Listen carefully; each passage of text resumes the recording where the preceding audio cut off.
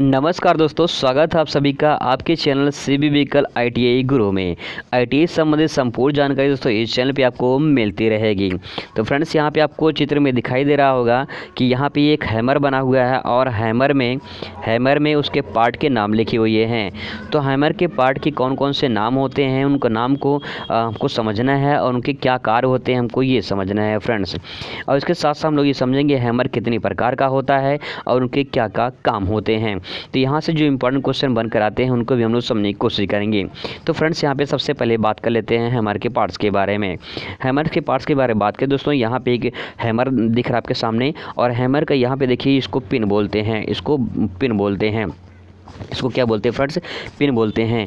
इन्हीं आप कह सकते हैं कि एक पार्ट उसका पिन होता है और दूसरा पार्ट उसका यहाँ पे देख सकते हैं इसको फेस बोलते हैं। और दोस्तों इसमें जो लकड़ी का हत्था लगा होता है उसको बोलते हैं क्या, उसको बोलते हैं हैंडल बोलते हैं।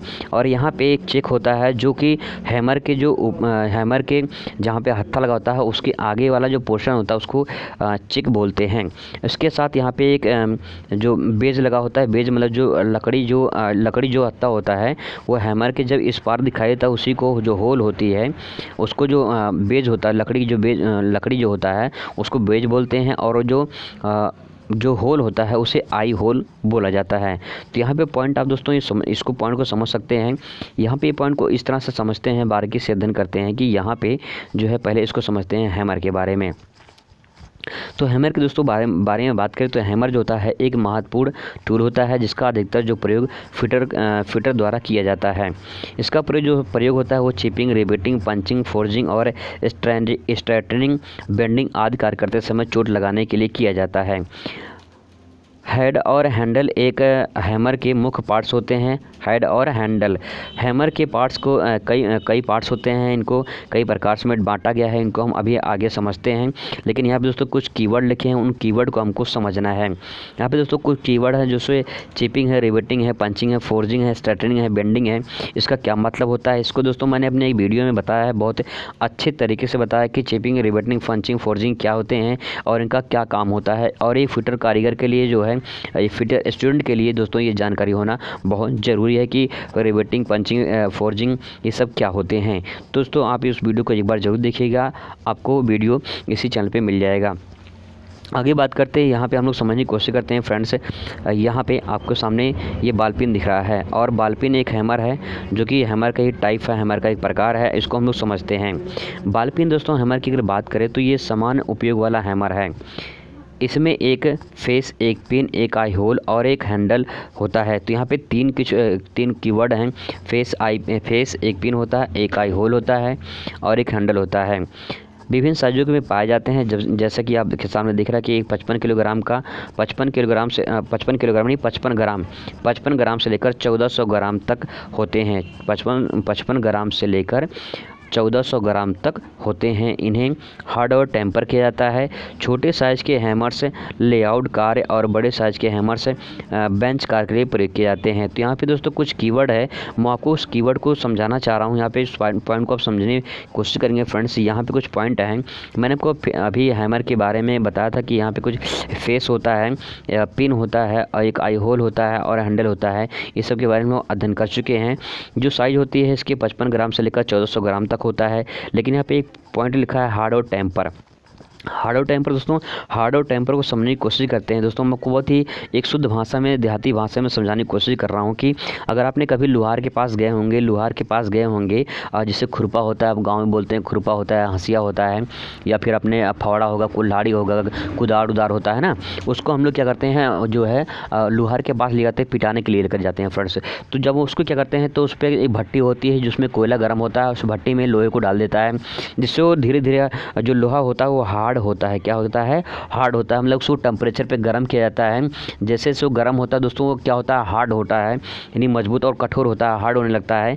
इसके बाद जब हार्ड होने के बाद उसको जब पिटाई की जाती है तो जो उसकी धार होती है बन जाती है, जिस आकार में चाहता है उस आकार में उसको बना देता है हार्ड करके। और उसके बाद उसको टेम्पर मतलब दोस्तों ये होता है कि उसको जब पिटाई करने के बाद उसको क्या करते हैं, उनके बगल में एक छोटा सा पानी का कोई मतलब पानी होता है और उसी पानी में उस लोहे को उस पानी में डाल देते हैं उस लोहे में, उस पानी में उस लोहे को डालते हैं, जिससे पानी में डालने से उसकी जो भंगुरता होती है वो ख़त्म हो जाती है, उससे वो टेम्पर हो जाता है।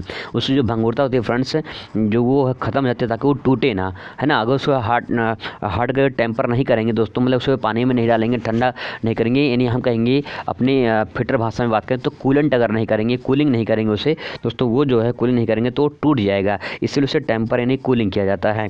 दोस्तों आई होप आपकी पॉइंट आपको समझ में आ चुका होगा।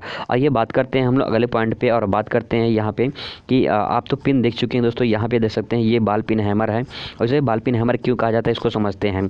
यहाँ पे देखिए इसकी जो आकृति है ये बाल की तरह से दिख रही है, बाल की तरह दिख रही है ना, यानी बाल मतलब कि दोस्तों ये पे एक बॉल की आकृति में दिख रहा है, यहाँ पे इसको बोलते हैं बाल।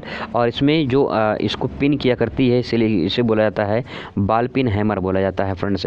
तो यहाँ पे इस पार्ट के नाम समझ चुके होंगे। आगे बढ़ते हैं और जो हमारा नेक्स्ट पॉइंट है, यहाँ पे आपके सामने क्रॉस पिन हैमर दिख रहा है। तो फ्रेंड्स यहाँ पे हम लोग क्रॉस पिन हैमर के बारे में अध्ययन करने वाले हैं।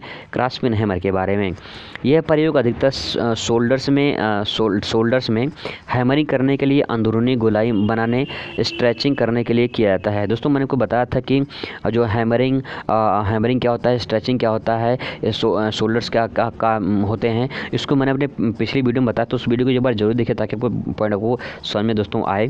यहाँ पे हम लोग बात करते हैं जो क्रॉस पिन हैमर होता है, इसको आकृति को आप दोस्तों यहाँ पे ध्यान से देखिए, इसकी जो आकृति है यहाँ पे देखिए क्रॉस पिन हैमर होता है, और इस क्रॉस पिन में यहाँ पे देखिए ये इतना से क्रॉस लगा होता है, और इसी क्रॉस पॉइंट से जो है हम लोग कोई भी काम करते हैं, जो भी अपने वर्कशॉप में देखा होगा जो काम करते हैं, यहाँ पे हम इस हैमर के माध्यम से करते हैं। तो यहाँ पे ये होता है क्रॉस पिन हैमर के बारे में बात हो गई। अब बात करते हैं अगला जो पॉइंट दोस्तों वो है straight pin hammer. Straight pin hammer की दोस्तों अगर बात करें तो ये अधिकतर जो है धातु को स्ट्रेचिंग करने के लिए प्रयोग किया जाता है। और यहाँ पे देखिए ये भी दो क्रॉस पॉइंट बना होता है, और दोस्तों इसको मोड़ने के लिए, जैसे मान लो कोई जॉब होती है, जॉब को उसका अंदरूनी भाग मोड़ने के लिए ये ज़्यादातर दोस्तों जो सीट के काम होते हैं, जो चादर वाले काम होते हैं, जो सीट वाले काम होते हैं, उसके लिए प्रयोग किए जाते हैं। तो यहाँ पे ये पॉइंट आपको समझ दोस्तों आ चुका होगा। यहाँ पे बात करते हैं अगले पॉइंट पे। यहाँ पे लोग क्ले हैमर दोस्तों मतलब क्या होता है इसके बारे में समझते हैं कि यहाँ पे इसके एक सिरे पे गोल फेस बना होता है, और दूसरे सिरे पे पिन को हैंडल की ओर तिरछा कर दिया जाता है, जिसके सेंटर में एक स्लॉट कर दिया जाता है। स्लॉट की सहायता से कील आसानी से बाहर निकाल जाते हैं।